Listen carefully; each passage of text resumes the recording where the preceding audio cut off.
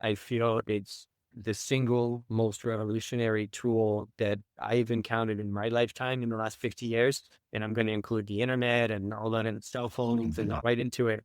I feel like it could have a far more profound impact than any of those things. If you're within 3 feet of me, we're probably talking about real estate, much to my family's chagrin. But here's the thing. Most people see 7% rates and freeze. I see opportunity. They're waiting for the perfect deal, and well, I've analyzed thousands of them, and perfect just doesn't exist. So I talk to operators across every asset class, flippers, multifamily syndicators, note investors, and whatever else is working. No sales pitches allowed, just real lessons from people actually doing it. I'm Ed Matthews, and this is Real Estate Underground. Greetings and salutations, Real Estate Undergrounders. It is Ed Matthews with the Real Estate Underground. Thank you so much for making us a part of your day. I am so grateful for the opportunity to bring in really interesting and fascinating real estate investing professionals. This show is no different, and we're going to get into that in a sec. The one thing I would ask is, what's amazing, I still get these reports from my team about people who listen versus people who subscribe. And about 70% of you out there who are listening to the show, thank you very much, don't subscribe for one reason or another. And I was just talking to James and Voytek here, my guests, about how the fact that sometimes we have a few hundred people listening, sometimes we have several thousand people listening. And I think a lot of it has to do with the fact that they forget or don't know that we have a new show out. And so if you subscribe, you'll get a little ding on your Spotify or Apple Music or wherever else you get your podcasts to remind that, hey, we got another interesting show for you to listen to. So with that, I'd like to introduce James Lloyd and Voytek Mardula from U.S. Properties. Gentlemen, thank you for joining me today. I'm really excited about this because we're about to talk about a city that is near and dear to my heart, and you are a big part of that city's comeback. So welcome to the show. Awesome to be here, Ed.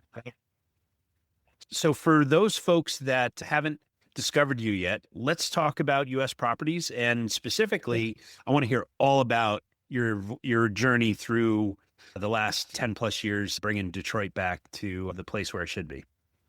Yeah, of course. It's great to be here, guys. My name is James. I'm the VP over at U.S. Properties. And like you said, we're a full turnkey operator, really specialized and focused in Detroit, Michigan.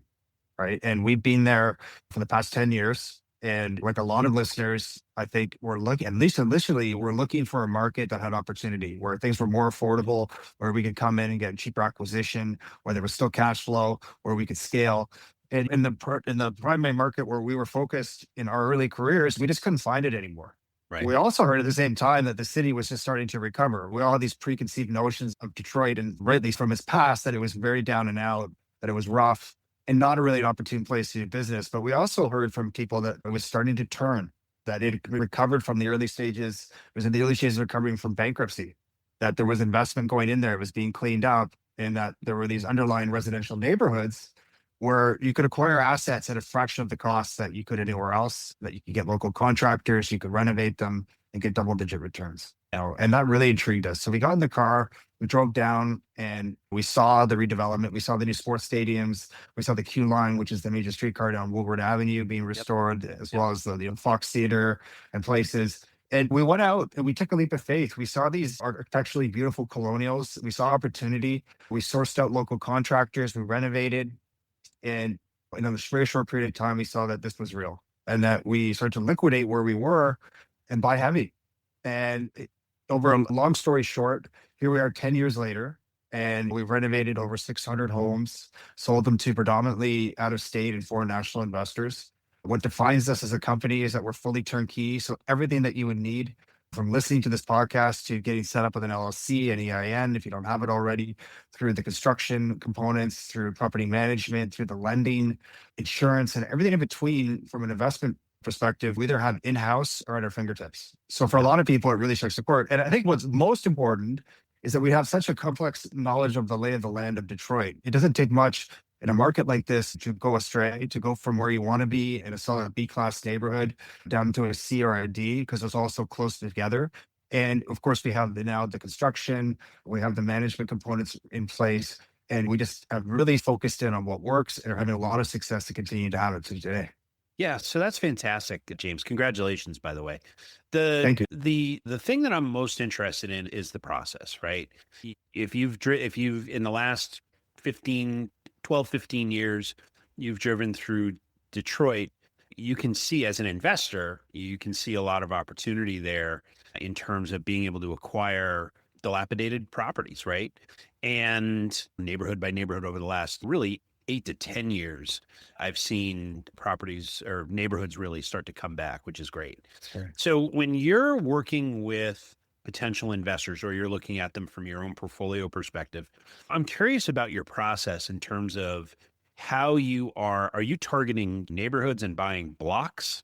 And then walk me through your process in terms of how you are, when you say turnkey, what are you doing in terms of rehabbing the properties, getting them back online and selling them off, or selling them to locals or selling them off to potential investors?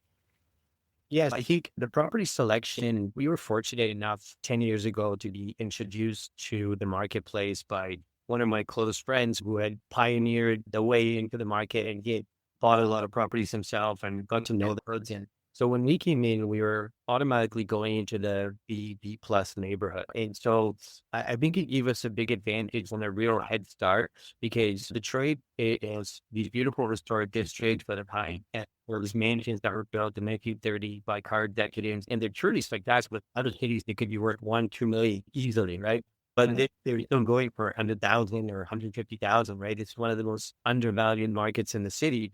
And I was so pleasantly surprised when I saw them the first time and just thought, this is incredible. I can't believe these homes are going for below cost of construction in these incredible neighborhoods. So I think that because we were buying so much for ourselves, because our intent was really to buy a portfolio for ourselves and live off the cash flow, right? That's why we came to Detroit. The company was really a byproduct and something that happened later. And so we were very careful because we were investing our entire life savings in selling up assets in other marketplaces, including primary residence, right? My wife, somehow I got the green light from her to sell the family home. We would buy as many homes in Detroit possible. But I know many of your listeners here are real estate investors, so they can identify with this. But it's been a great journey, because I think we started off in a good spot and we went into these historic districts, which were very strong, and they've always held their value historically over the years. There's relative dip, obviously, that happened in 2006, 7, and all that stuff, but they've held their value. So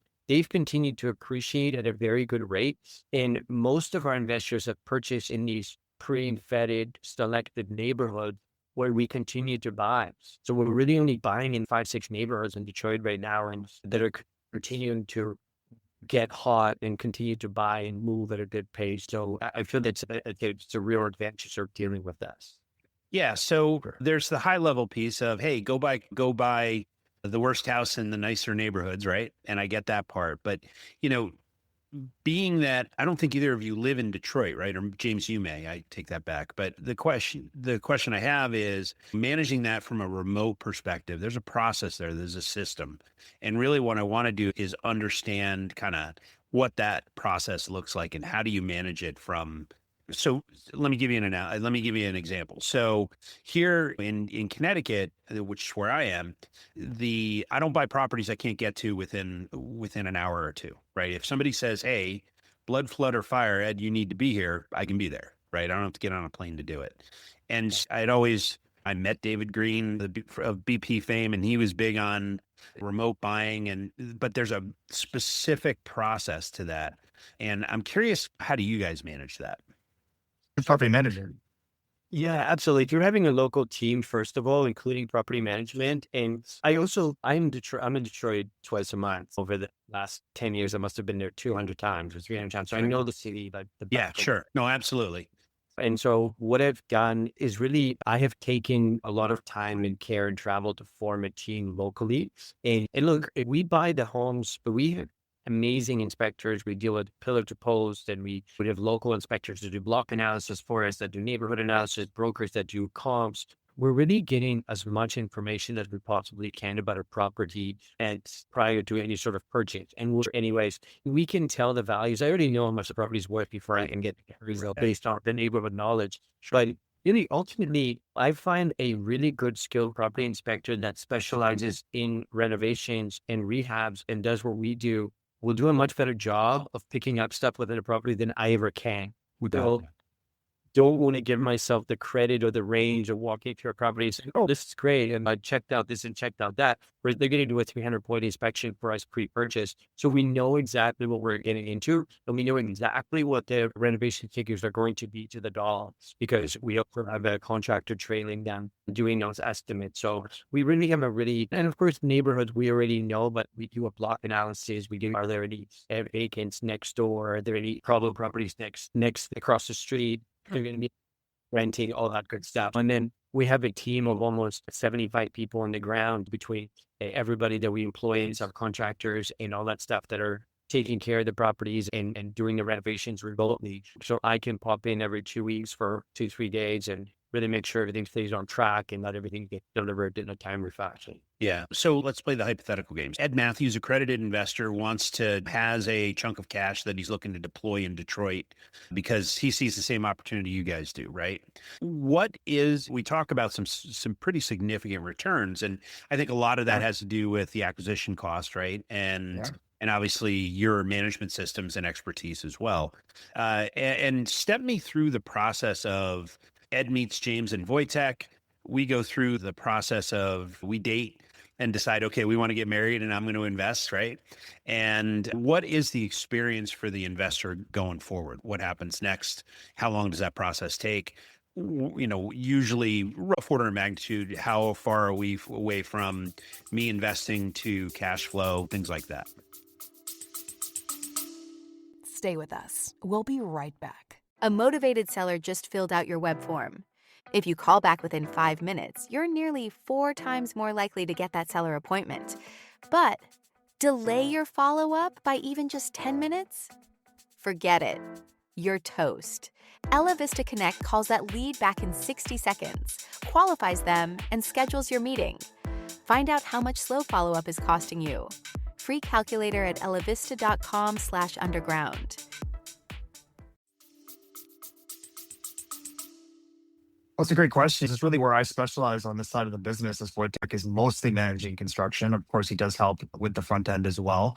But after we get through what you just said, the initial conversations and we decide we want to work together, we're going to really listen to you and see what is it that your investment goals are. Are they cash flow? Are they appreciation? Are they a combination of both? Are you looking for some potential, maybe some tax benefits of it? Are you interested in short-term or long-term rentals? We're really going to nail down our combination of both. We're going to show you the assets that we have available. We're going to show them to you on pro forma. We're going to show you some past deal examples, and we're going to hone in on what we're doing, right? And from there, we're obviously going to draft a purchase agreement. We're going to see whether you're set up with the proper entity formation, introduce you to our U.S. lenders. We have quite an inventory already of properties that are ready. So we're going to shoot to our lending partners. So really, from putting the contract together through all the due diligence and the lending process and ensuring everything is done correctly in a professional manner, it's 30 to 45 days. Okay. Right? Depending on the asset and where it's at. But what I like to do is we have a very well-matured turnkey system. It takes you through the steps of the property selection, through U.S. entity formation, legal advice with our team in Michigan, through introduction to the lending, through obviously inspections, appraisals, pre-closing to make sure everybody's on the same page, fully comfortable, and then closing, and then transition to property management, be it long-term or short-term. I guide you through that step by step. It's where I pride myself, make everything as smooth as possible. So people, if you're busy and you're working, it's not going to take all your time. And I think the people that we have in the team, in the key spots that we need, like at the title company, at the lending, they're all very close. We've worked hundreds of deals together, and it goes very smoothly. Yeah. So one of the things that you guys have mentioned a couple of different times. So let me throw a wrinkle into my previous question. I'm an Irish citizen now, right? Hypothetically, I'm not actually. I'm a U.S. citizen, but let's say I'm an Irish citizen. So I'm a foreign national. And one of the things that you have mentioned a couple of different times, which I think is really important to point out, is establishing a U.S. entity, right? Because in the commercial banking world, typically we all buy through LLCs. But if I am a Japanese citizen or an Irish citizen or someplace else out in the world, and I want to buy U.S. properties with commercial paper, I need to form a U.S. entity to be able to do that. Yes?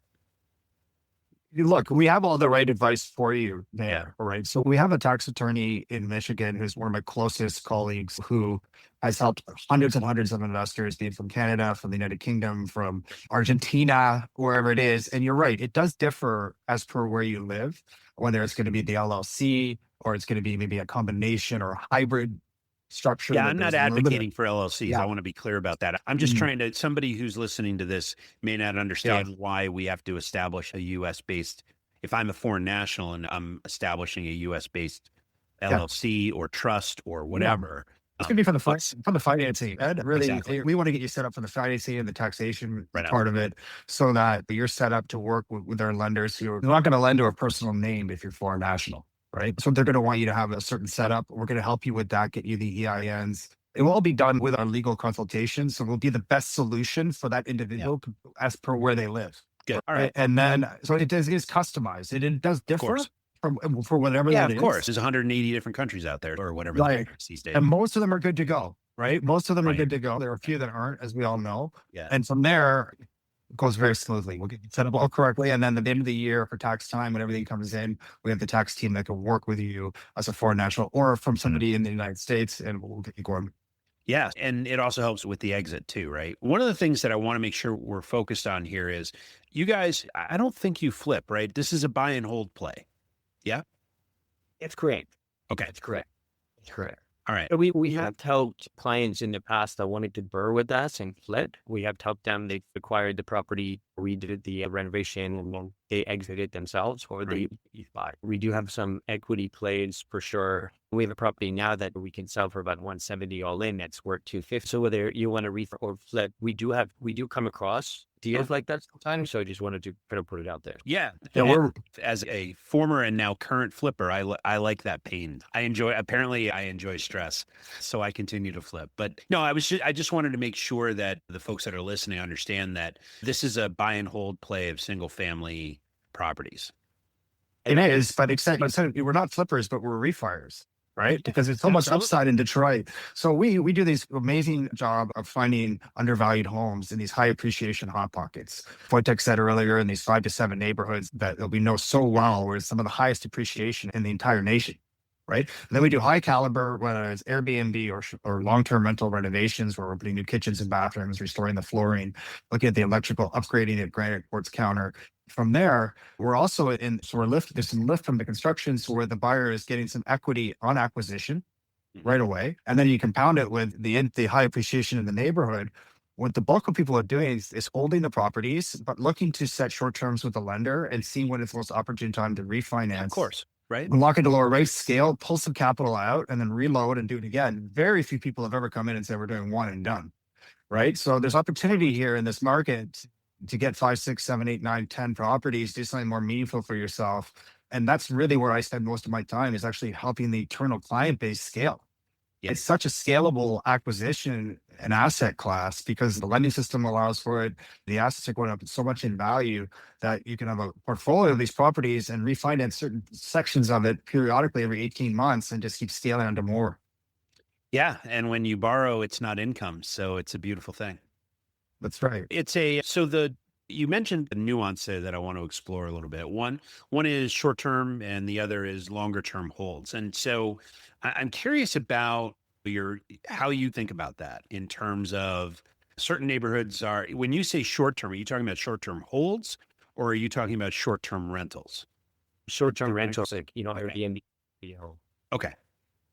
And so are those I'm not a short term rental guy, although I have friends that are. And they do very well with it. Yeah. So those are probably the larger properties, multiple bedrooms, more in line with vacationing and That's it. medical professional types. Absolutely. Both are offered. We really focused on the larger 4 to 5 bedrooms, proximity to downtown, proximity to sports arenas. Detroit is massive event town. That's what it's turned into. And there's events being hosted then from March 1st until December 31st. There's literally only 2 quiet months. 1,000 hotel room shortage in Detroit. for the amount of visitors that come in. Okay. And currently last year, 17 million people came into Detroit to visit for so many different reasons. That number is expected to grow to 28 million by 2030. They have nowhere near the capacity to build that many hotel rooms. They've put up maybe 10 or 12 boutique hotels in the last 10 years since we've been there. They are about one a year. Those are adding about 60 to 80 rooms, okay, per year. It's a joke, right? They're trying to build a huge hotel near the convention center so they can house in bigger conventions, but that's going to take several years. Right now, they don't have near the capacity. So we've been able to find a niche, and the hotel rooms are so expensive. They're like Manhattan prices, like $500, $700, $800 a night for a boutique hotel room in the core of Detroit. You can imagine that 10 years ago, that statement is insane. It probably helps. Obviously, the resurgent helps, but it also probably helps that the Red Wings, the Pistons, and the Lions are all pretty damn good these days. I don't know about the Tigers. That's it. Tigers are strong. They'll be out. The Nuggets don't either, though. They got their force. You'll see. Scooble just got hurt. We'll see. But the Scrooble, whatever his name is, their ace. But yeah, we'll see. It certainly helps when at least 3 out of the 4 and possibly 4 out of the 4 professional teams are all firing on all cylinders. And it's a big No pun intended, too. but Detroit, right? It's there. There's tons of business conferences there and auto shows and music festivals and interstate tourism. People coming in. These people our Airbnbs are full of people from Ohio crossing the state lines. And like Voytek said, there's just these neighborhoods that are close proximity to downtown, just off Woodward Avenue, just off the north end of the Q line, where the homes are a little larger. We do a high caliber Airbnb finish. We have professional teams that go in, decorate it, put the sectional couches and flat screen TVs. And they're very contemporary, nice places where 2 families can stay. It sleeps 13 or 14 people, and it's just like the numbers compared to a long-term rental are triple, right? Quadruple. And the fact that we have in-house management with so much experience of the market, we have the cleaners, the concierge, 5-star reviews. If they're managed correctly and in the algorithm and in close proximity, they really they connect. And they've been a real exciting part of our development. And so much so that we decided about a year ago to open it up to potential investors. And then when you find out that too, there's just a lot of tax benefits to running an active business, we're super excited because a lot of people out there are high W-2 earners and are paying a lot of money to the IRS every year. Whereas if you buy a short-term rental, like the ones that we have for sale in Detroit, you can get what's called bonus depreciation, right? So we would help you get a cost segregation study through our attorneys and an engineer. And then what happens is you can front load a lot of the 27-year traditional appreciation right in the beginning and offset a huge payment to the IRS, so much so that you're pretty much covering the down payment. And it just makes a lot of sense. You're helping yourself with the taxation side of things and making these high double digit returns. Yeah, you just hit upon something else that I wanted to ask you about. There's an interesting combination of opportunities here, right? In that there is the whole accelerated appreciation with the new laws that came into being in 25. In addition, actually, were renewed. I think it was at the end of 2025, that big, beautiful bill or whatever they called it. I'm not really a political guy, so I avoid that, but I do know all about bonus depreciation. And then on top of that, when you combine that with opportunity zones, which I wonder if that's part of your consideration as well. Any thoughts on that? Yeah, that's a crazy part. And we've been obviously aware of opportunity zones in Detroit. And for those listeners who don't know what they are, basically designated areas within the city that the city's looking to develop and is looking to have investors invest funds. And what's powerful about these areas is that if you purchase a property in an opportunity zone today and you wait 10 years, you exit with 0 capital gains tax for that property, right? And even at 5 years, there are benefits, and 7 years, there are benefits. You pay reduced capital gains. But if you go that full 10 years, you're having a market like Detroit that has opportunity zone, but also has tourism is extremely unique. Okay. I don't remember many other cities in the country that have opportunity zones and have that much tourism where you can really choose and you can purchase your short-term rental. You run it for 10 years. You basically use the cash flow to pay down the mortgage, and you can exit with a very substantial capital gain and a whole bunch of equity from the original purchase at the end of the 10-year period. So it's a really beautiful retirement package if you want to. Yeah, and we have to share some data with you on that.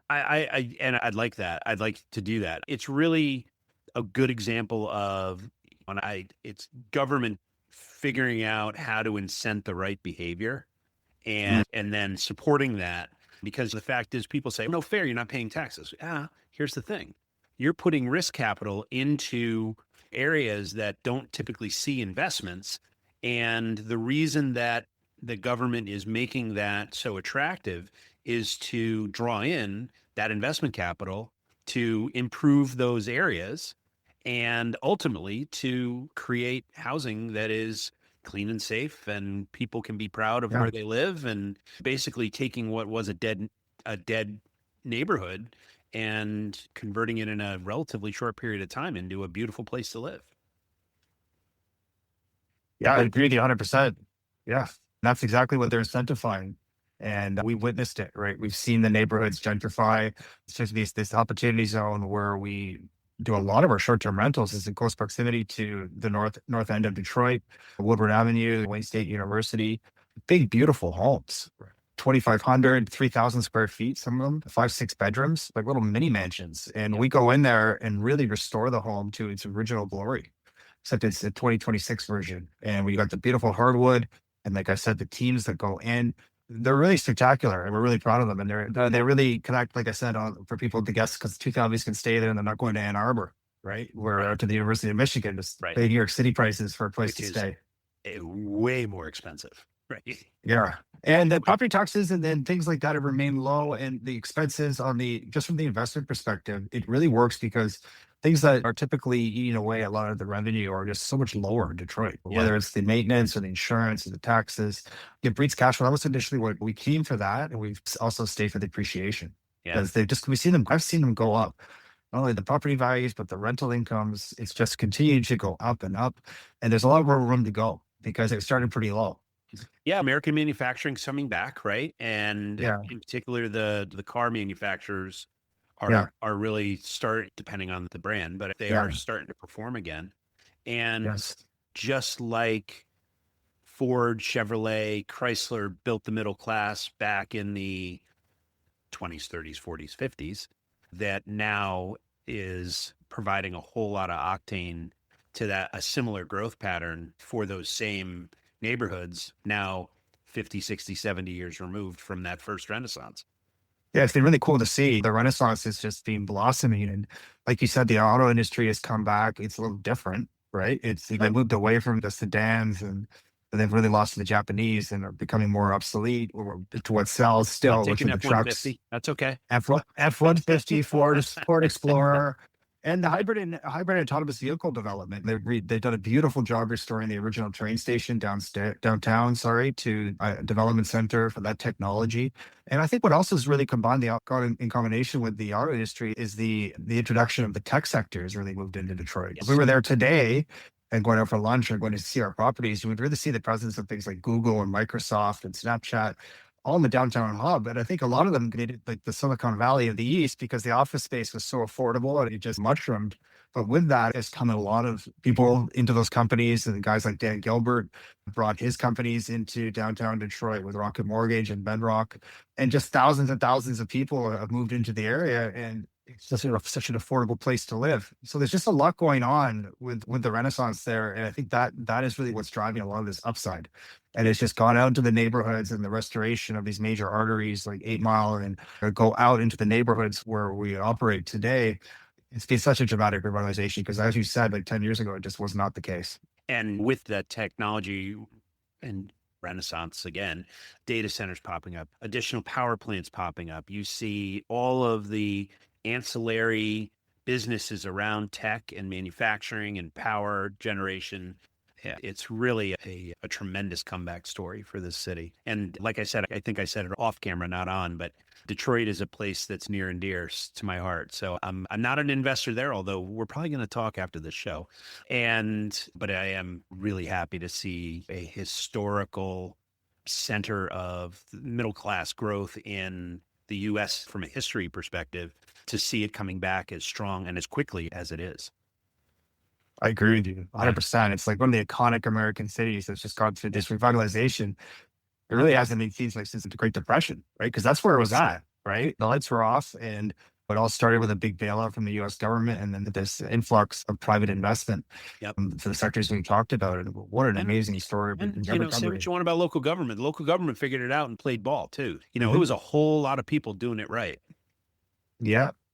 Yeah, it's been a mayor was very business friendly for a decade. More than that, we're really attracted and massive investment. I've like the yogurt that only Cleveland have with years and another 100 companies, and we're driving forces behind it. Like people like Warren Buffett, were buying a third of downtown, and and as we all know, he's such an undervalued investor guy, right? And he finds undervalued, and he goes heavy with it, right? And so we've been their strategy.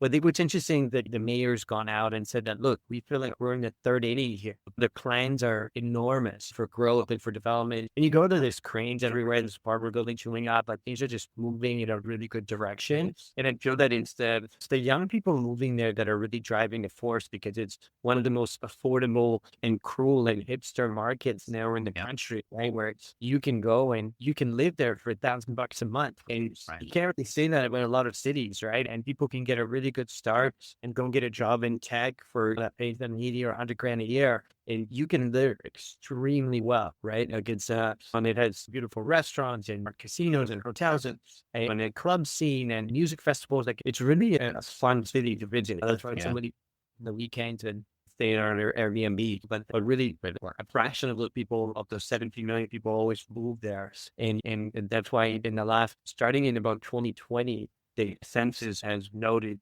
significant occupation operation downtown, and that's continuing to grow, right? And the fabric is changing, and there's a lot more money coming in. It's been Good news. it used to be a great market.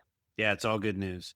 Guys, I could talk about this forever, but we got to start to land this plane. So I would love to get into the final five, and we're gonna ham and egg this a little bit. We're gonna alternate, if that's okay, the final five questions. And I'll leave it to you to decide who gets to answer what. One of the things that I'm always fascinated by, leaders like yourselves who are very successful, and this is not your first rodeo, right? You've been successful for many years over many different companies. The bills are paid, right? The mortgages are handled, the kids' tuition's taken care of, the cars are paid for, your significant other is happy.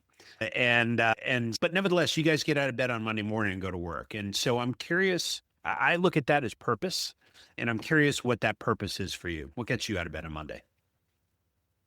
It's my son, first of all, my family. But I think what gets me out of bed is just the joy I have and the freedom I have in my life to get to do this, to work from remotely or from the office with my lifelong best friend and his wife. We're all super close, and I wouldn't trade it for the world, right? I love customer service. I've always loved it.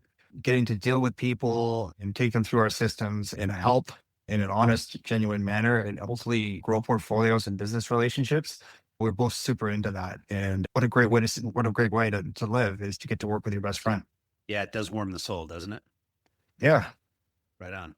And so I'm also curious about the folks that have helped you along the way, mentors, right? I'm curious about the best advice you ever got, as you look back on your careers, and who gave it to you.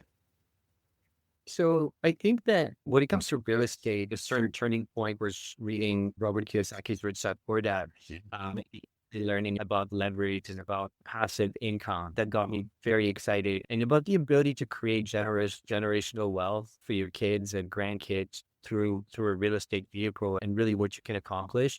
And I think I got into personal development probably about 15 years ago, and really studied a lot of the great authors. And Darren Hardy, not sure if you're familiar with him, Compound Effect. He wrote a book called Compound Effect. He was the former publisher of Success Magazine. Anyways, great guy, and he has a terrific company, and he helps entrepreneurs. He coaches CEOs of companies, and he's like a junior Tony Robbins, I would say, but that's the guy.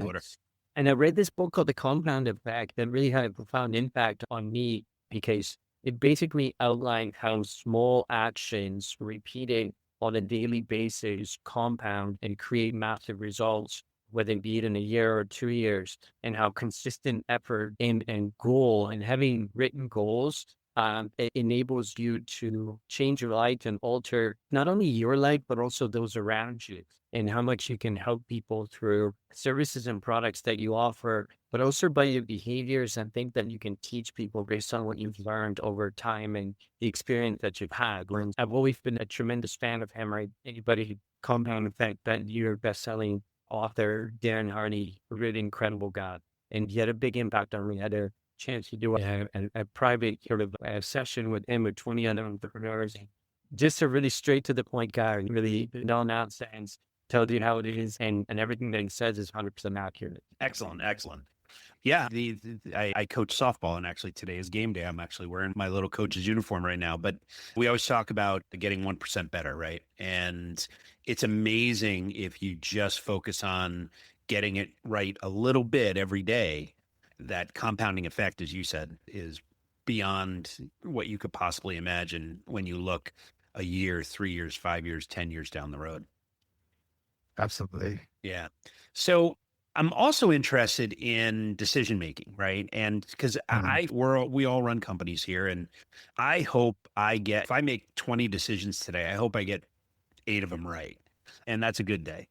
But the good thing about that is, and part of our culture here at Clark Street and Ella Vista, is mistakes are a good thing, right? Because you learn from them. And so I'm curious about, as you look back on your careers professionally, what's a decision that you look back and go, oh, man, I would love to have that one back. And how did you manage through it? My early career was in hospitality. I went to restaurant school in Manhattan and was in high-end restaurant management with the aspirations of being a restaurateur. And I certainly made some heavy mistakes early on in my professional career, which I learned from. One of them was really mixing business with pleasure. And I wish I hadn't done that. I had some tremendous opportunities to manage some very prestigious places very young. I had a lot of ability, but couldn't really balance the professional side of things and separate that from the social side of things. And I went through a lot of heartache because of that and missed opportunity. But I also learned I was just too young and it wasn't there yet in my oversight as to how to manage myself. And through a lot of moves and development along the lines of what Voytek just mentioned about consistency and steps in my life and maturing into the man that I am today, I just don't do that anymore. Right. Yeah. So yeah, you got to get there though, right? And you've got to stub your toe, and you've got to, as I say about my own life, you got to do dumb stuff, right? And that's okay. Yeah.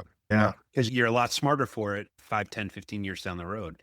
Yeah, my wife always used to say when we were both in managing corporate careers, there are friends and there are work friends, and they are not the same thing. I tended to confuse that. She got it pretty straight, and so I hear you, James. Yeah. So I'm also curious about how leaders like yourselves take in information and keep learning, right? Obviously, we talked about growing from your mistakes, but you can also grow from information that you glean along the way. And you mentioned Harding's book, Voytek, and I'm sure there are others. Everybody mentions Kiyosaki, right? But I'm curious about the book that's on your nightstand right now, virtual or otherwise. Who are you paying attention to? What are you reading? I'm reading Joseph Bradley's A Huge Power of Two. I've become pretty infatuated with and its impact on business sometime last year, looking for some solutions for our business actually that would help us handle inbound calls and deal with investors better and be able to answer questions and provide trainings. And I was researching all kinds of solutions, and we've since implemented all kinds of AI into our short-term rental business and into our website. You go visit it, you can talk to a live voice agent and get all kinds of information. And I've been on a massive crash course for the last 6 months when it comes to AI. And I'm just learning every day about how it can help business. I feel it's the single most revolutionary tool that I've encountered in my lifetime in the last 50 years. And I'm going to include the internet and all that and cell phones and right into it. I feel like it could have a far more profound impact than any of those things. And if it's used correctly, it can really enhance our lives. And I'm just obsessed with it. So I'm just reading everything I can about it, articles on LinkedIn, books, whatever I can. And I actually am an AI company as well. We're super exciting stuff. So I think that it's been really amazing to get exposed to a new industry. I'm 50, so I'm not old, but I'm also not 20, and really have to learn it all and embrace it. And really, I'm super excited about it. And I feel it has amazing parallels and to real estate, and it can work amazingly well for people looking to buy real estate, sell, or whatever you want to do with it. I'm just going to have to Couldn't agree more. Yeah, I'm 56, so I got you there. And you and I graduated right around the time that Al Gore invented the internet. And so I got to watch. I spent 24 years working for Silicon Valley companies, and both in Silicon Valley and elsewhere. And that internet revolution felt like the ground was shaking until AI started to learning models, large language models, and now AI. Yeah. Has emerged. And personally, I always looked at technology as a great force multiplier, right? You can serve more people with more people's interests with fewer resources, which is good for the people you're serving and also good for the companies because you don't have to throw people at problems. You can throw technology at problems to solve. Voice agents being, I think, one of the things you mentioned. Yeah. We're a small company. We're not quite as big as you guys. I think I heard you say 75 people, and we're like 10, right? But the fact is that we get a lot done because we embraced the precursor to AI and now AI as part of our back office operations, and we're able to lift a lot of heavy stuff with not a lot of people. And Yeah. and I too have a software company, and if you're listening to this, you probably already heard the commercial for it. But the fact is that I think that AI, when the internet felt like the ground was shaking, AI is going to fundamentally change how every single human being, all 8 billion of us, in some way, shape, or form, live and interact with each other going forward. It is going to be one heck of a ride, and I'm really psyched that I get to watch it and play a little role in it as well. That's gonna be cool. Yeah. Plus. And Voytek, I want to hear all about your AI stuff too. So we're gonna geek out on that on a different show. Absolutely. Last but certainly not least, James, I think it's your turn. How do you define success in your life? Well, it's a great question. It's certainly not about financial gains. I think it was said that we're all in a pretty good position, right? It's just about the freedom that we're living, the wellness that I'm trying to live in my daily routine, being able to be active, to communicate with people, to be there for my parents as they age, to be a great father to my son, to get out to sporting events, to be present, to be honest, just to be living the life that I always wanted, and with the freedom to do, knowing that I trust myself and I'm making the right decisions. Everything's not perfect, but nothing today is ever going to come up that I have to worry about because we can deal with it. Right. I have people around me that love me and support me and a team there, and it goes both ways, right? So whatever comes up, we'll get through it. And that's the true success, right? And I wouldn't trade it for the world. Yeah. As I guess the resident old guy on this conversation, I'll let you know that this too shall pass, right? Yeah. Everything is going to be okay. It's going to be fine. Yeah. Yeah. It may take a little while. May take Yeah. a little while, but it's going to be okay. Right. Guys, I've really enjoyed this conversation, and congratulations on the incredible company that you've built and continue to build. Continued good fortune. So when you're not talking about real estate, what do you like to do for fun? Play tennis and ski. Yeah. Travel. Big traveler. Love going to Europe. Love the good food over there. Yeah. Yeah. Okay. Look, I like to exercise. I like the same sports that Voytek does. We play a lot of tennis together, and we go skiing every year. And he's an avid skier, and he's probably back into that. So I'm very grateful, and I'm very active being a soccer dad. Awesome. Right? I've got a young player. He's thriving for his age and very busy with it. And I'm blessed that I get to work a job that I'm free to take him every day to the soccer pitch. Right, be there. All right, guys. I need a moment of honesty here. Who's the better tennis player? Voytek. Well played. Played. All right. Moment of clarity and honesty. I love it. Guys, how can people get in touch with you if they want to learn more about you or get to know you or learn more about your business? They can reach out to us. Look, we're always accessible, and I really pride myself in getting back as promptly as humanly possible. You can reach out to us through our website, usproperties.ca, or you can email me directly at James Lloyd, Lloyd at usproperties.ca. I'll pick up either at the submission through the website or a direct email and get back to you right away. And from there, we'll set a time. I have a calendar link. You can book a call with me. We'll start the conversation. I'll listen, see if we can be a big fit. And if I can help in any way or Voytek can help, that's what we love the most. And you can be sure you'll get it. Awesome. Guys, I've really enjoyed this conversation. Again, congratulations and continued good fortune. And we'll see each other soon. I really appreciate it. Really enjoyed it. Thanks, Ed. Thank you, Ed. This has been the Real Estate Underground. Don't forget to subscribe. It helps us grow. Until next time, Undergrounders, remember your real estate journey begins with a simple step forward. Now get to it. Bye for now.